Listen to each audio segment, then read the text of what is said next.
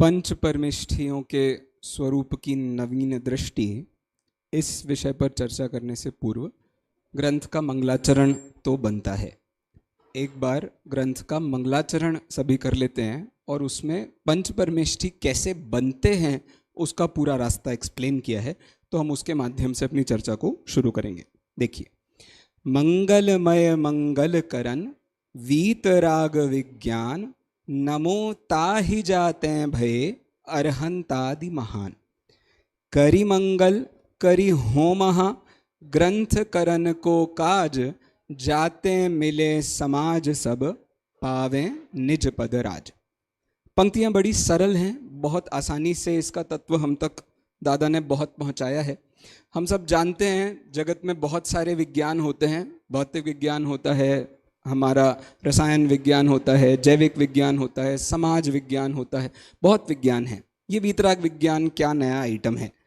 तो वीतराग विज्ञान उस चीज का नाम है जिसके बाय प्रोडक्ट में ये सारे विज्ञान बने हैं। क्यों? आप जब तक जीव और शरीर का भेद विज्ञान नहीं कर लेते, न तो आप शरीर के भेद प्रभेदों को ठीक से सीख सकते हैं और ना ही आप आत्मा के कार्य को ठीक से समझ सकते हैं।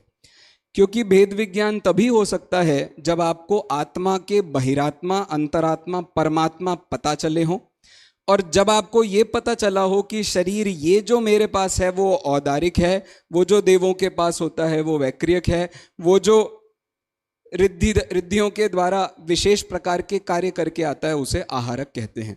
अर्थात भेद विज्ञान के बिना आप ये बेसिक चीजों का अध्ययन नहीं कर पाएंगे। इसलिए इस जगह पर वीतराग विज्ञानता को बहुत ज्यादा कीमत दी हुई है और उसकी बहुत अधिक कीमत है।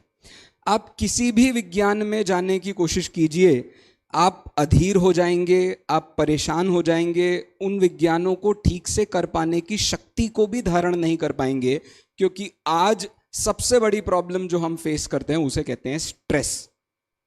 अरे सबको स्ट्रेस हो रहा है कि नहीं हो रहा है? हो रहा है। लेकिन सबको जगत में कोई ना कोई विज्ञान आता है कि नहीं आता है? सबको आता है। भैया देखो, हमारी एक दीदी बैठी हैं, उन्हें इकोनॉमिक्स का विज्ञान है। एक भैया पीछे बैठे हैं, वो आईआईटी से इंजीनियर हैं। एक पीछे अम्मा जी बैठी हैं जिन्होंने पॉलिटिकल साइंस में एमए किया था। कहाँ है वो विज्ञान? यदि उस ज्ञान ने हमें शांति दी होती तो आज हम स्ट्रेस में होते, आज हम परेशान होते नहीं होते। लेकिन उस ज्ञान के साथ मॉरल साइंस तो छठी तक ही पढ़ाया जाता है। आपको एमए में जाके थोड़ी कोई मॉरल साइंस पढ़ाने वाला है जिसके बेस में भेद विज्ञान बैठा होगा। तो ये भेद विज्ञान वो उस जगह पर काम कर रहा है जिस जगह पर हम अपने जीवन में उस ज्ञान को सीख करके दोनों लेवल पर कार्य कर सकते हैं। जिसके लौकिक विषयों की चर्चा के संबंध में तो आदरणीय भाई साहब अभी चर्चा करने वाले हैं। हमारे बीच में अध्यक्ष महोदय पधार गए हैं, आदरणीय विपिन जी भाई साहब। मैं तालियों के बीच में उन्हें आमंत्रित कर रहा हूं कि वे मंचासीन हों। ब्रेक चाहिए था ना मुझे। आइए भाई साहब। चलिए, जाते मिले समाज सब, पावे निज पद राज। जिससे कि सारे समाज का मिलन हो सकता है। बताओ भाई, जैन समाज की पॉपुलेशन कितनी है? जैन समाज की पॉपुलेशन कितनी है? वेरी लिमिटेड, बहुत लिमिटेड। वो सही बात है, आप सही कह रहे हैं। मेरा उद्देश्य उस संख्या को बताना नहीं है। बिल्कुल सही बात है। मेरा उद्देश्य उस नंबर पे जाना नहीं है। मेरा उद्देश्य, मुझे भी कंसेंसस कैसे कराया जाता है, क्या कराना है, वो उद्देश्य नहीं है। मेरा मुख्य उद्देश्य तो ये बताना है कि पॉपुलेशन इतनी सी है हमारी, और टोडरमल जी कह रहे हैं जाते मिले समाज सब, पावे निज पद राज। अरे भाई, यहां जाते मिले समाज का मतलब ये नहीं है कि सारी समाज एकजुट हो जाएगी इन ग्रंथों को पढ़ के, इन ग्रंथों को सीख के। मुद्दा वो नहीं है। मुद्दा ये है, जो अपना कल्याण चाहता है उसकी समाज के लिए ये ग्रंथ अत्यंत कार्यकारी है। वो समाज जो अपने कल्याण से दूर भाग रही है उसका कुछ नहीं हो सकता। और हम सब अपना कल्याण चाहते हैं कि नहीं चाहते हैं? चाहते हैं। थोड़ा कल्याण भी इससे हो सकता है, ज्यादा कल्याण भी इससे हो सकता है, और कल्याणातीत मतलब कल्याणम शादी, उससे अतीत जो मोक्ष अवस्था है उसकी प्राप्ति भी इस ग्रंथ के अध्ययन के माध्यम से हो सकती है। तो यहाँ समाज से आशय अच्छे से ये लगा लेना चाहिए कि जीव समाज, हर जीव का कल्याण का मार्ग इसमें प्रस्तुत किया गया है। आगे अध्यायों में कौन कौन सी गतियों में कैसे कैसे दुख हैं, उन दुखों से निकलने का उपाय क्या है, उन सब विषयों पर भी चर्चा की गई है। तो उस दृष्टि से ये ग्रंथ सबके काम का है। इसका मंगलाचरण इस दृष्टि से बड़ा ही खूबसूरत है।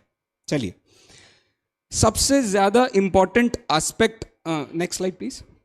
मेरे पास है क्या? ये है,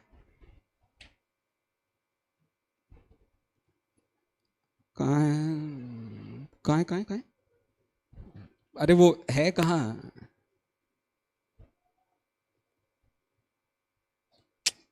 नेक्स्ट कर दीजिए स्लाइड प्लीज। चलिए, तो सीधी बात इतनी है, वीतराग विज्ञानता जीवन में अत्यंत उपयोगी है और आवश्यक है। क्यों? क्योंकि इसके बिना सुख का रास्ता आपको नहीं मिल सकता। जीव हो तो जीव जान तो लो कि हो कैसे। उसको जान नहीं रहे और सारे पुद्गल को जानने में लगे हुए हैं, तो अपने आप आपको सुख का रास्ता मिलना तो मुश्किल है। अगली स्लाइड पर देखें। चलिए, तो टोडरमल जी की नवीन दृष्टि क्या है? टोडरमल जी ने ऐसा कौन सा बड़ा काम किया है जो यहां पंच परमेष्ठी के स्वरूप में बहुत बड़ी बात हो गई? देखिए, पांच परमेष्ठियों के स्वरूप को यदि आप टोडरमल जी से पहले देखने जाएं तो ऐसा कुछ भी नहीं है जो टोडरमल जी ने नया दिया हो। माफी के साथ मैं ये बात कह रहा हूं, साधारणतया तो हम टोडरमल जी के काम को बिल्कुल ही अव्वल और बिल्कुल नया प्रस्तुत करते हैं, लेकिन बात यह है, माल वही, पैकेज नई, रिश्ता वही, वो क्या है स्टार प्लस का, क्या क्या बोलना जोर से, रिश्ता वही सोच नई। यहां उल्टा है, सोच वही रिश्ता नया, मतलब शब्दों के साथ में जो खेल हुआ है वो नया हुआ है। कहने का आशय यह है, यदि मुझे या आपको अरहंत भगवान का स्वरूप कुल मिलाकर के 11 पंक्तियों में प्रस्तुत करने को कहा जाए तो क्या हम संपूर्ण जिनागम में जितना भी अरहंत का वर्णन किया गया है उसे लिख पाते?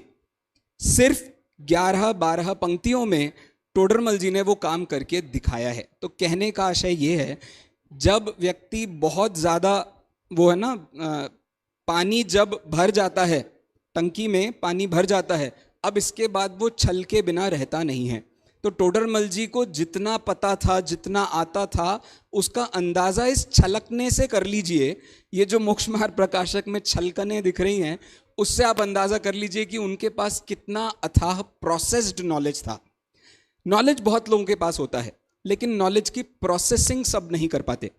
जानकारी बहुत है भाई, अरहंतों का स्वरूप बताओ किस ग्रंथ में नहीं है? किस मंगलाचरण में अरहंत सिद्ध आचार्य उपाध्याय साधु को याद नहीं किया गया?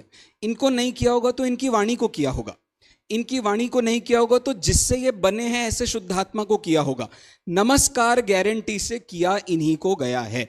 इसका मतलब इससे पहले जो लाख के करीब जैन ग्रंथ लिखे जा चुके थे, सब में अरहंत सिद्ध आचार्य उपाध्याय साधु का वर्णन है। अब इतना सब वर्णन होने के बाद यदि आपसे संकलन करने को भी कहा जाता ना, तो इस मोक्षमार्ग प्रकाशक से ज्यादा बड़ा संकलन होता। सिर्फ संकलन ही करना पड़ता तो। और टोडरमल जी ने यहां अरहंत सिद्धाचार्य उपाध्याय साधु के स्वरूप को कुल मिलाकर के 2.5 से 3 पेज में प्रस्तुत कर दिया है। अब आप सोचिए कितना बड़ा काम हुआ होगा। उसका अंदाजा लगाने के लिए उन्होंने जो एक दृष्टि हमें दी है उस तक पहुंचना आवश्यक है।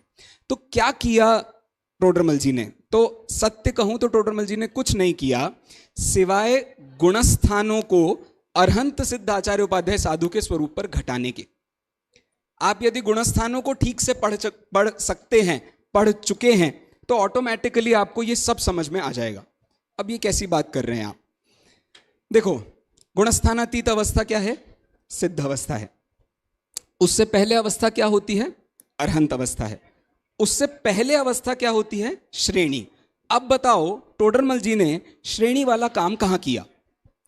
टोडरमल जी ने इन 5 परमेष्ठियों का स्वरूप बताते हुए श्रेणी वाला काम कहां किया? कोई बता सकता है मेरे को? उन्होंने श्रेणी वाला काम किया है अरहंत सिद्ध आचार्य उपाध्याय साधु के सामान्य स्वरूप में। शुद्धात्मा की जो रुचि एक बार आपको लग गई है, अब उसको आचार्य उपाध्याय साधु में बांटो मत। वो एक ही चीज है। अरहंत, आप यदि आचार्य बन भी गए हैं तो आप आचार्य इसके लिए नहीं बने क्योंकि आपके पास मैनेजमेंट की कला थी। आप आचार्य इसलिए भी बने हैं, मतलब वो भी एक आवश्यकता है, लेकिन आप आचार्य इसलिए बने हैं क्योंकि आप शुद्धात्मा को भाना सीख गए हैं। जो शुद्धात्मा को भाना सीख गया, शुद्धोपयोग में रहना सीख गया, वो ऑटोमेटिकली औरों को सिखा सकता है कि शुद्धोपयोग क्या चीज होती है। तो ये समझ करके चलिए, उस शुद्धोपयोग की भावना से ही 7वां, 8वां, 9वां, 10वां, 12वां आदि गुणस्थानों के माध्यम से आपको मुक्ति की प्राप्ति हो सकती है। और आचार्य उपाध्याय तो टेम्पररी अवस्थाएं हैं, मतलब छठे सातवें गुणस्थान की अवस्थाएं हैं। तो क्या सिर्फ छठा सातवां गुणस्थान बने रहने के लिए साधु बने थे? इसलिए तो हम साधु बने नहीं थे।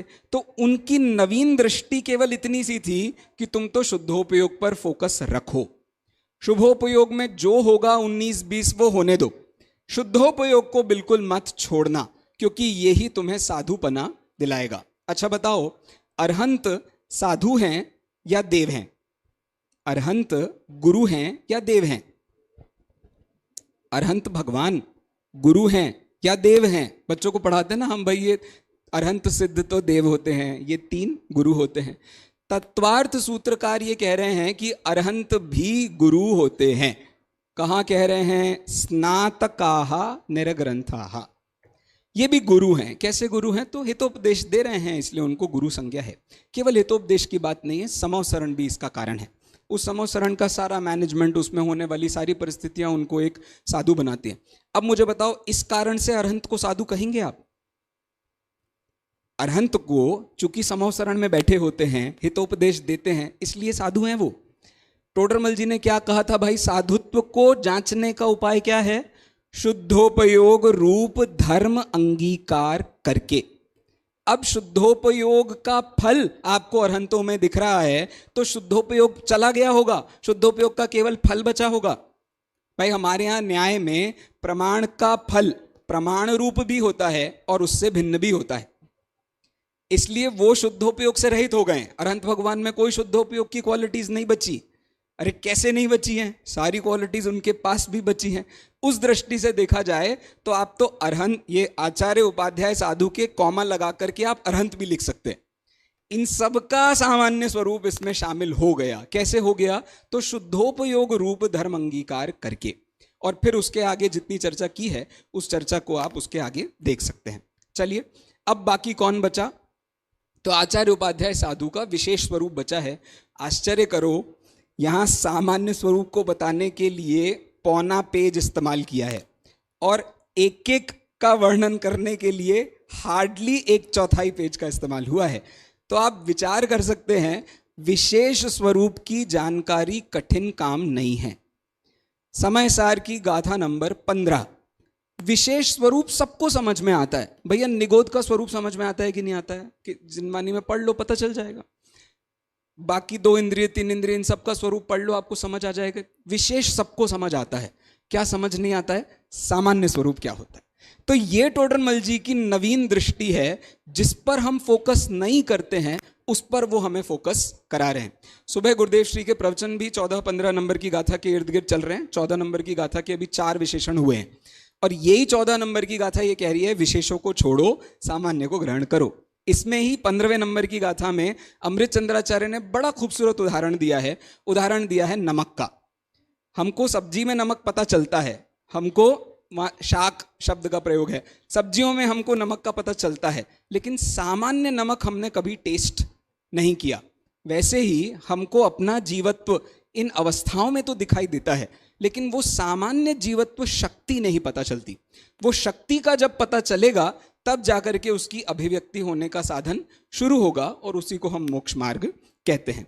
इस दृष्टि से ये प्रकरण बड़ा ही यूनिक है और ये वो वीतराग विज्ञानता को ही समझाने के लिए प्रस्तुत किया गया है। तो ये जो एक सीधी डंडी बनाई है, इसमें साधु, उपाध्याय, आचार्य, अरहंत, सिद्ध लिखे तो ऐसे क्रम में हैं, लेकिन आप मान करके चलिए ये साधु वो पॉइंट अकेला नहीं है, ये जो पूरी लाइन है ये साधु है। क्यों? क्योंकि साधु साधना को कहते हैं। और बताओ, किसी अरहंत सिद्ध की साधना कभी रुकी क्या? कोई बीच में ब्रेक हुआ क्या? नहीं। तो उन सब को इसके अंतर्गत विचार करना चाहिए, और उस तरीके से टोडरमल जी ने जो ये प्रस्तुति की है उसमें विशेष स्वरूप से ज़्यादा सामान्य स्वरूप पर उन्होंने फोकस करने का कार्य किया है। इसलिए मैं टोडरमल जी को अत्यंत अत्यंत शत शत वंदन करता हूँ। ये काम साधारण नहीं था, ये काम बड़ा कठिन था और एक न्याय के जानकार के ही बस का था। जो न्याय का जानकार ना हो वो ये कार्य नहीं कर सकता। और समझ लीजिए, दादा जब न्याय आदि का अध्ययन कर रहे थे तभी उनको ये ग्रंथ मिला। मतलब उनके गुरुजी ने तो सोचा था कि वो ग्रंथ उन तक ना पहुंचे। पता है आपको ये कहानी, दादा के गुरुजी ने तो कोशिश की थी कि उन तक मोक्ष मार्ग प्रकाशक ना पहुंचे, लेकिन क्या हुआ वो तो इतिहास है। वो उन तक सिर्फ पहुंचा नहीं, उन्होंने जन जन तक पहुंचाया और अपने अंदर उतारने के लिए उस पर पीएचडी तक कर ली। मतलब मोक्ष मार्ग प्रकाशक पर नहीं है उनकी पीएचडी, टोडरमल जी पर है, लेकिन टोडरमल जी और मोक्ष मार्ग प्रकाशक अध्यात्म के लिए इससे बड़ी और कोई देन नहीं हो सकती। तो उस दृष्टि से आप विचार करें तो ये बड़ा ही खूबसूरत क्षण है। Next slide please. अब परमेष्ठियों के स्वरूप को बताते हुए टोडरमल जी ने फिर इस बात का बहुत गहराई से ध्यान रखा है कि आपको यदि मैं केवल उनका बाह्य आचरण बता दूं, मैं उनके शरीर आदि का वर्णन कर दूं, उनके परम औदारिक अवस्थाओं का वर्णन कर दूं, तो उनके जीवत्व के साथ न्याय नहीं होगा। मोक्ष बाहुड़ की गाथा है, बड़ी ही खूबसूरत गाथा है। क्या गाथा है? अरुहा सिद्धायरिया ओझाया साहु पंच परमेठी ते विहु चिट्ठही आदे तम्हा आदाहु में शरणम। गाथा का मतलब क्या है? इसका पद्यानुवाद आपने पढ़ा है। अरहंत सिद्धाचार्य पाठक साधु हैं परमेष्ठिपण, सब आत्मा की अवस्थाएं आत्मा ही है शरण। अब मैं अरहंतों के शरीर से उनका वर्णन कर लूं तो न्याय होगा। मैं अरहंतों के आसपास की सराउंडिंग से उनका वर्णन कर लूं तो बताओ न्याय होगा। मैं अरहंतों के जितने दोष उन्होंने नष्ट करे उन दोषों के वर्णन में कितना ही कसीदे पढ़ लूं तो बताओ न्याय होगा। न्याय तो तब होगा जब आप उनके जीवत्व पर विचार करेंगे। उन्होंने अपनी आत्म साधना के लिए क्या किया, खुद को साधने के लिए क्या किया, तब जाकर के आप उस किसी व्यक्ति का वर्णन पूरा कर पाएंगे। और इसी में मुझे समय सार भी नजर आ रहा है। समय सार की गाथा नंबर 26 से लेकर के 33 तक स्तुति का प्रकरण है और वहां उन्होंने इसी विषय पर चर्चा की है कि शरीर से स्तुति करने पर स्तुति तो बड़ी खूबसूरत हो जाएगी, शरीर से, आसपास के माहौल से, बाहर से। जैसे भक्तामर स्तोत्र आज जितना समय सार पढ़ा जाता है उससे 1000 लाख गुना भक्तामर पढ़ा जाता है। अब हम कल ही शाम को गए थे समर्थ सिटी और वहां भक्तामर का पाठ ही चल रहा था। भक्तामर इतना पढ़ा जाता है और उसमें साधारणतया किन चीजों का वर्णन है? उसमें बाह्य जो अवस्थाएं हैं उसका मुख्य रूप से वर्णन है। केवल उसका वर्णन हो ऐसा नहीं है, लेकिन प्रधानता उस विषय को दी गई है। यहां जब आप समय सार आदि पढ़ रहे हैं तो आपको पता चल रहा है भाई ये तो सब व्यवहार नय से जदि जीवो न शरीरम तिथ्य रायर्य संथुदी चेव सव्वा विहवदिमिच्छा। और अगली गाथा में वो कह रहे हैं व्यवहार नवो भासदी जीवो देहो यहवदि खलु एको। जीव और देह एक होते हैं, ये व्यवहार नय कहता है। लेकिन वास्तव में किसी जीव का वर्णन करना हो, नयरम्य वण्य देज नविरण्णो वर्णना कदा होदी। आप नगर का वर्णन कर लो तो उससे राजा का सही सही वर्णन हो जाएगा?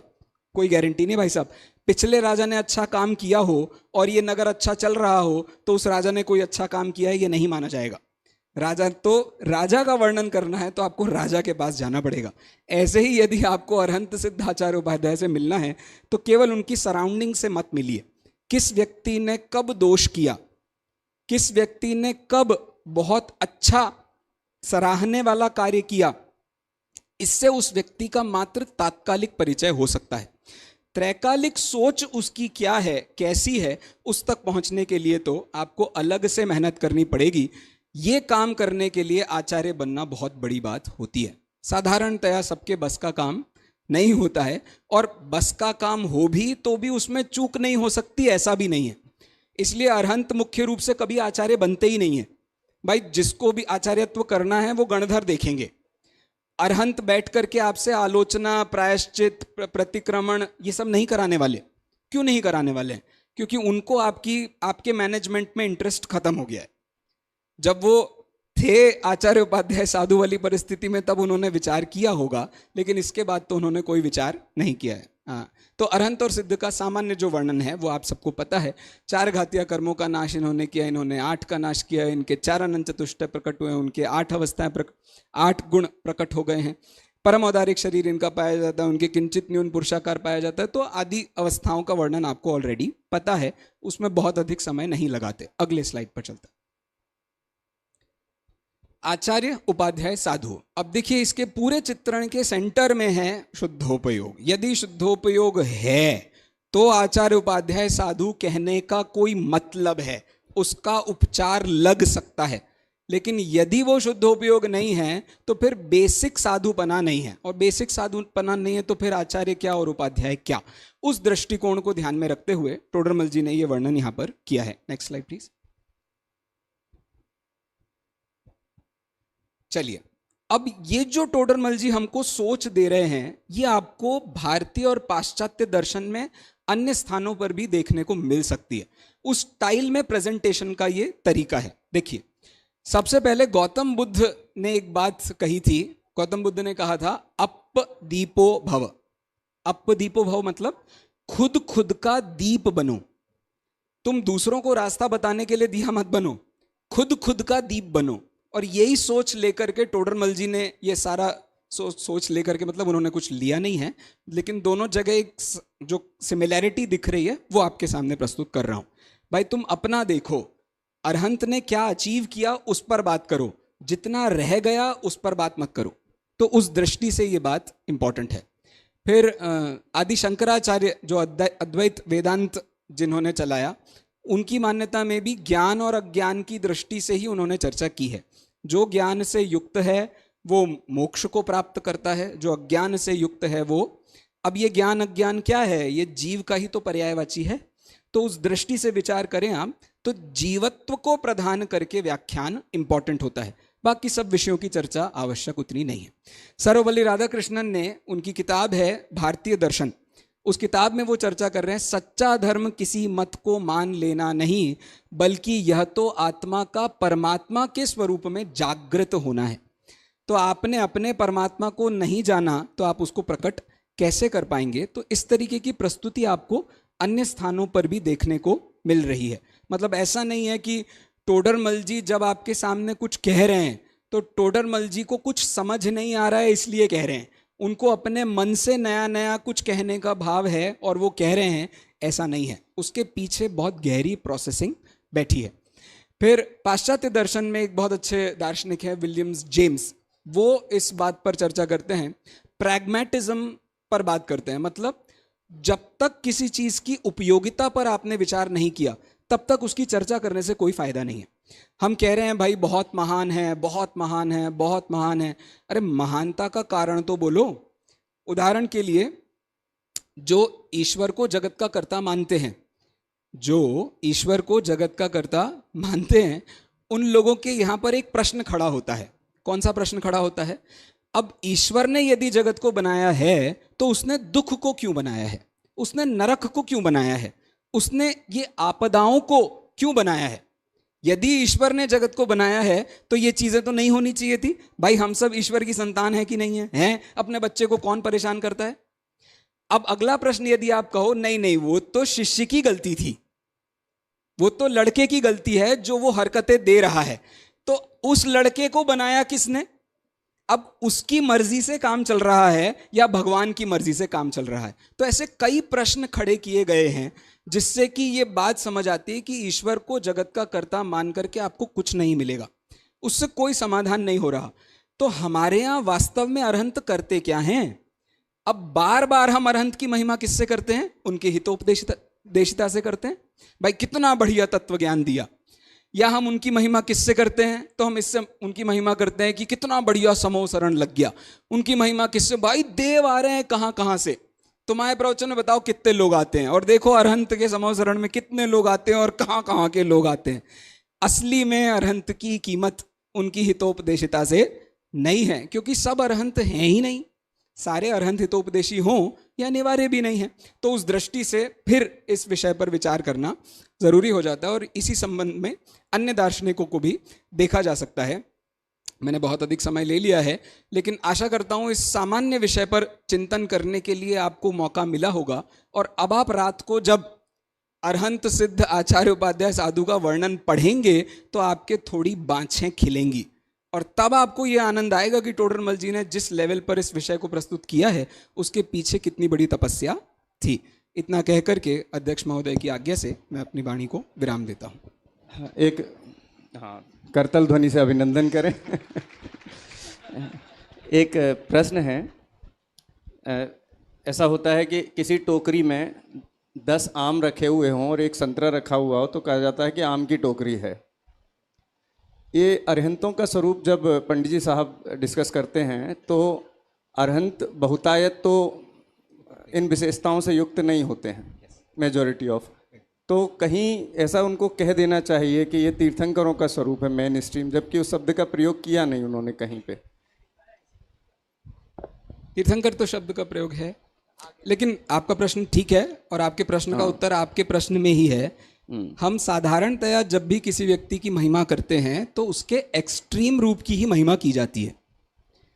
अरहंत की महिमा, अच्छा जितनी जिनवाणी हमारे पास उपलब्ध है सर, वो अरहंत की हितोपदेशिता के बिना है क्या?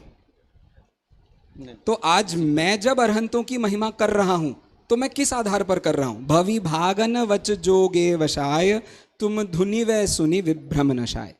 तो मैं अपनी दृष्टि से जब उनकी महिमा कर रहा हूं तो मुझे हितोपदेशिता को लाना ही पड़ेगा, और उसके बिना मैं उनकी महिमा कर नहीं सकता।